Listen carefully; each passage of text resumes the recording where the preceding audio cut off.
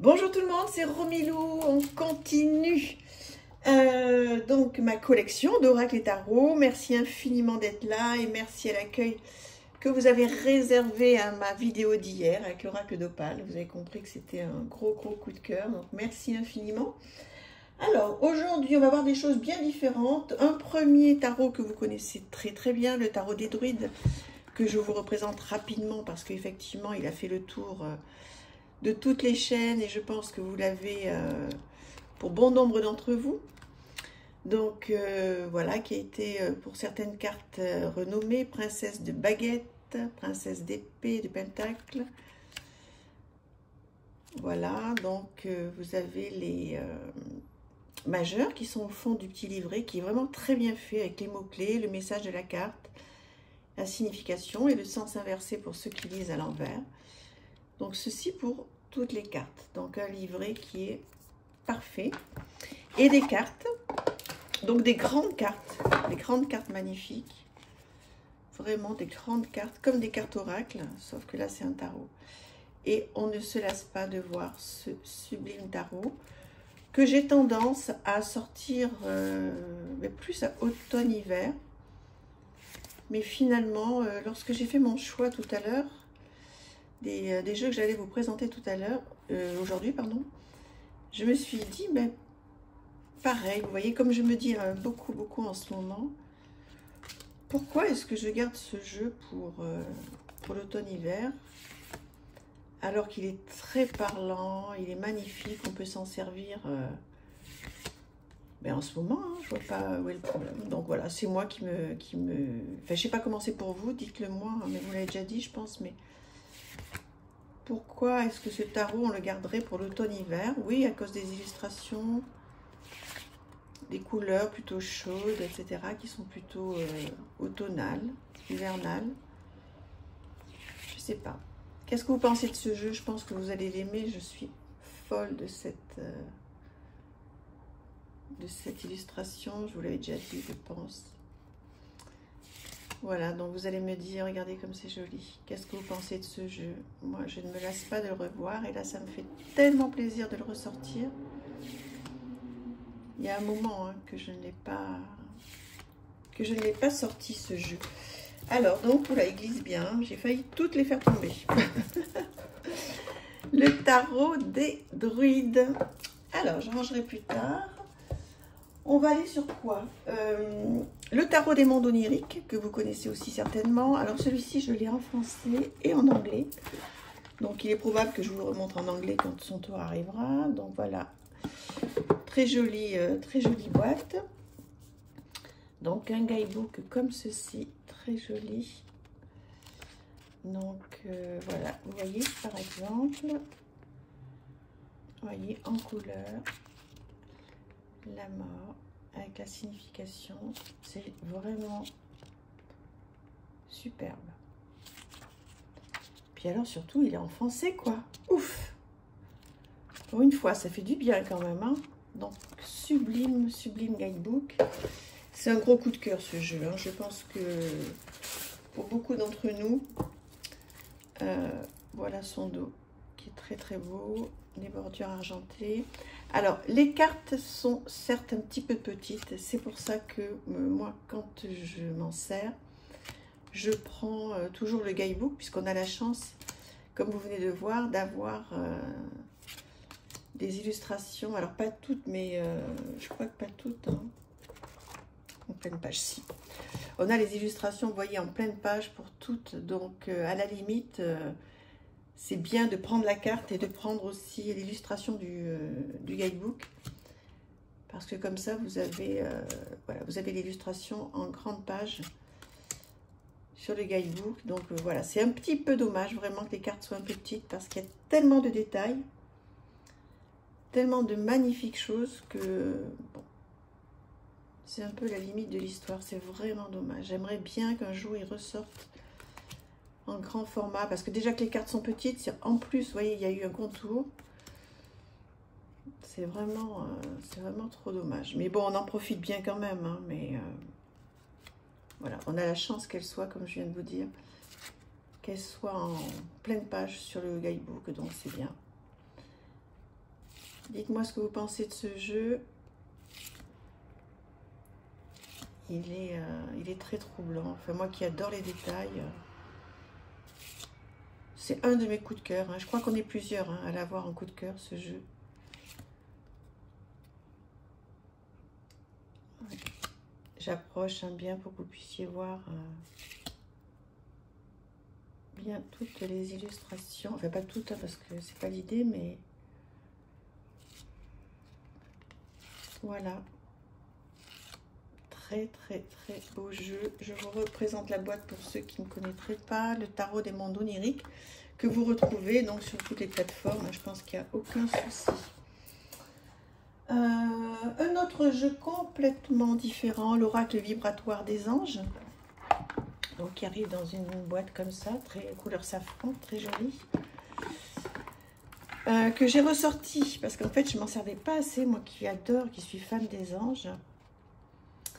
Donc voilà, vous avez la mignonnette en noir et blanc, la description,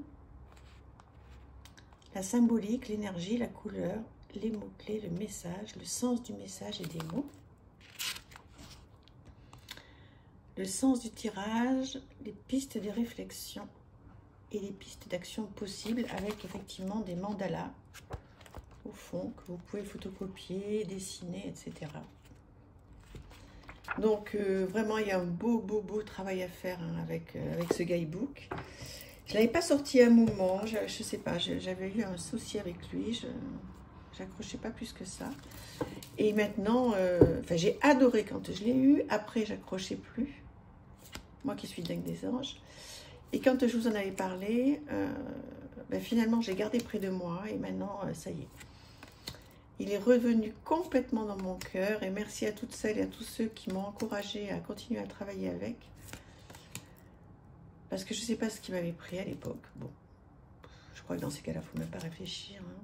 Il y a des jeux qui, par moments, nous appellent, d'autres qui nous appellent moins. Et là, il me touche à nouveau énormément. Donc, je suis très contente de l'avoir retrouvé. De toute façon, on n'était pas bien loin. Hein. Regardez-moi ça.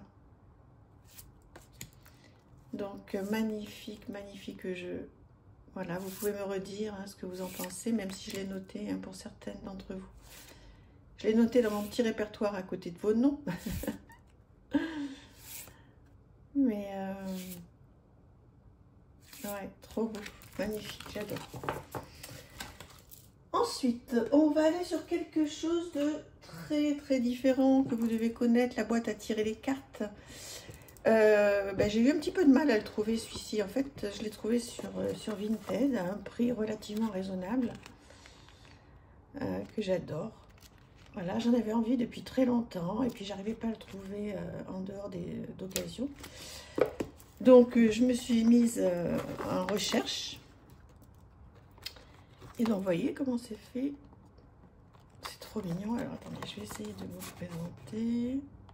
Les œufs divinatoires, les gâteaux, le fameux martini de Madame Marlène. C'est trop beau. Trop chouette. 3 de denier. Hop. Ah ben voilà, s'il n'est pas dans l'ordre. 8 de denier. Alors, j'ai pas fait le tirage avec, hein, très sincèrement. Alors, j'adore les illustrations. C'est complètement un autre monde. Ça me rappelle vraiment quand j'étais petite et je regardais genre ma sorcière bien-aimée, vous voyez. Il n'est pas top ce 9 de denier. Vraiment, ce jeu, c'est un incontournable quand on est collectionneur.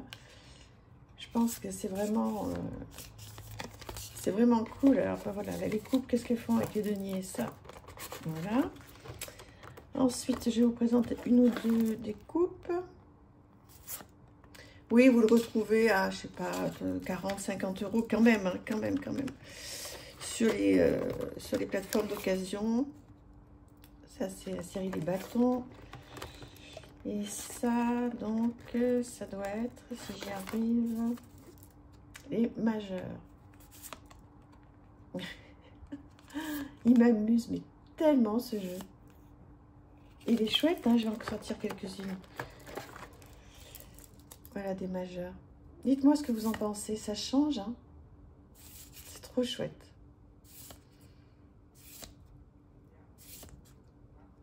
Trop bien. J'adore. J'adore. Bon, il faudra que je range parce que alors, du coup, ça va être complètement mélangé.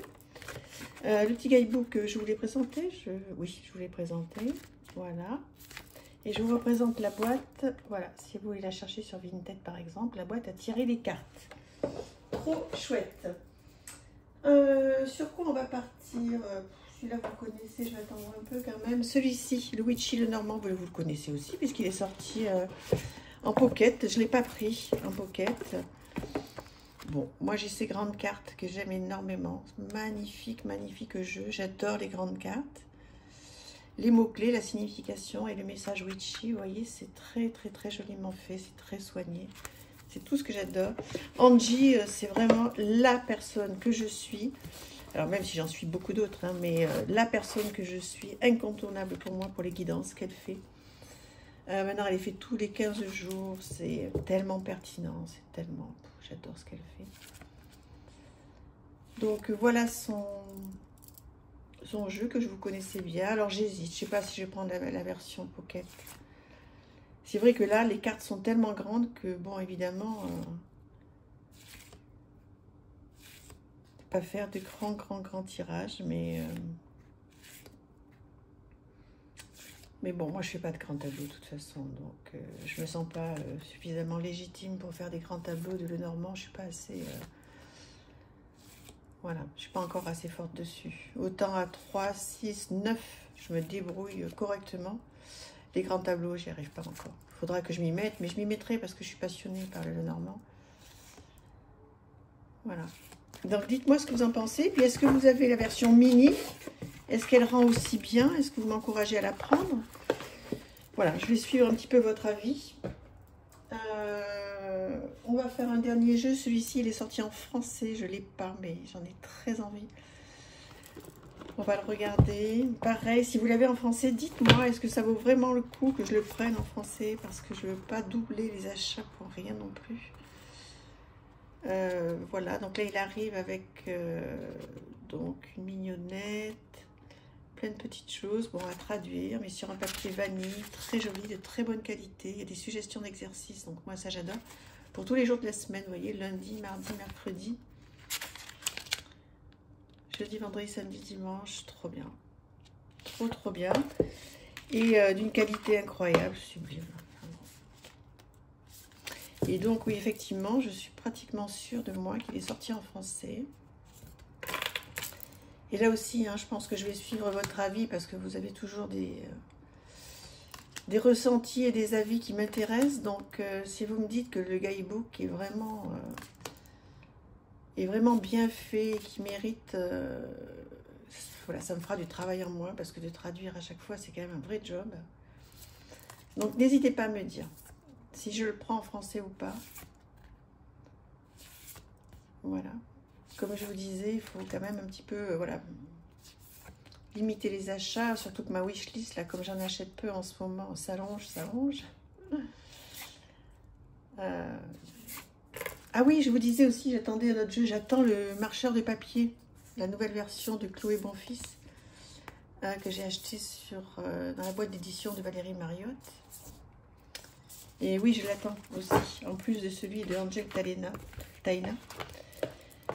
Voilà, donc dites-moi si je le prends en français ou pas. Votre avis m'intéresse beaucoup. Voilà, j'espère que vous passez de bons moments à regarder toutes ces vidéos. Moi, ça me fait tellement plaisir de ressortir tous mes jeux. Je vous embrasse très fort et je vous dis à demain. Merci, au revoir.